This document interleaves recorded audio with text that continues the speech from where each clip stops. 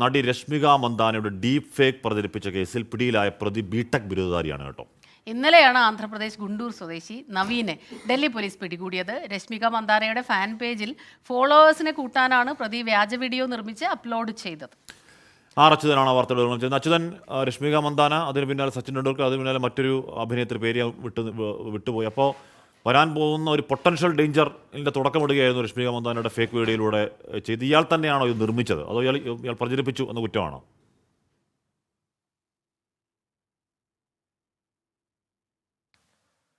ഹാഷ്മി സ്മിത, ഈ ദൃശ്യം സൃഷ്ടിച്ച വ്യക്തിയാണ്, പ്രതിയാണ് ഇന്നലെ ഈ ആന്ധ്രാപ്രദേശിൽ നിന്നും ഡൽഹി പോലീസിന്റെ പ്രത്യേക അന്വേഷണ സംഘം പിടികൂടുന്നത്. ഗുണ്ടൂർ സ്വദേശിയാണ് ഈ നവീൻ ബിടെക് ബിരുദധാരിയാണ്. 23 വയസ്സ് മാത്രമാണ് എന്ന് പോലീസ് പറയുന്നുണ്ട്.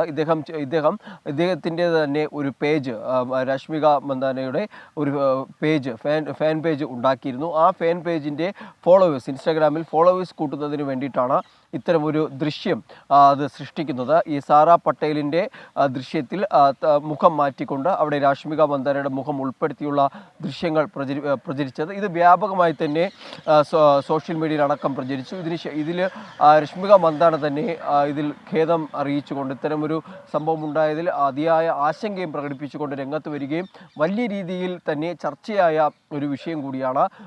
IT മന്ത്രാലയത്തിൻ്റെ ഇടപെടലടക്കമുണ്ടായ ഒരു സംഭവമാണ്. AI-യുടെ ദുരുപയോഗത്തിൻ്റെ ഒരു തീവ്രത അതുകൂടി തിരിച്ചറിഞ്ഞ ഒരു വീഡിയോ ആയിരുന്നു ഈ പ്രചരിച്ചത്. അതിന് പിന്നാലെയാണ് നടപടി ശക്തമാക്കിയത്. ഡൽഹി പോലീസ് തന്നെയാണ് കേസ് അന്വേഷിച്ചത്. ഡൽഹി പോലീസ് അന്ന് ഈ പരാതി ലഭിക്കുമ്പോൾ ഇത് അന്വേഷിക്കാൻ പ്രത്യേക ഒരു അന്വേഷണ സംഘത്തെ തന്നെ തയ്യാറാക്കിയിരുന്നു.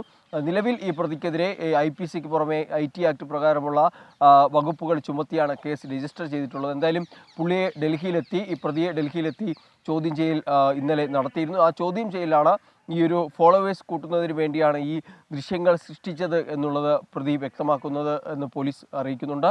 എന്തായാലും നിലവിൽ മറ്റ് നടപടികളും പുരോഗമിക്കുന്നുണ്ട്. ഇതിൽ മറ്റാരെങ്കിലും ഈ ഒരു കൃത്യത്തിൽ പങ്കാളികളായിട്ടുണ്ടോ എന്നുള്ളതും കൂടി ഡൽഹി പോലീസ് പരിശോധിക്കുകയാണ്. ഒപ്പം തന്നെ ഈ ദൃശ്യങ്ങൾ പ്രചരിച്ചതിന് പിന്നാലെ പല നായകന്മാരും അതുപോലെ തന്നെ മറ്റ് പ്രമുഖരും രംഗത്തെത്തിയിരുന്നു. ഒടുവിലായി എത്തിയത് സച്ചിൻ ടെണ്ടുൽക്കറാണ്.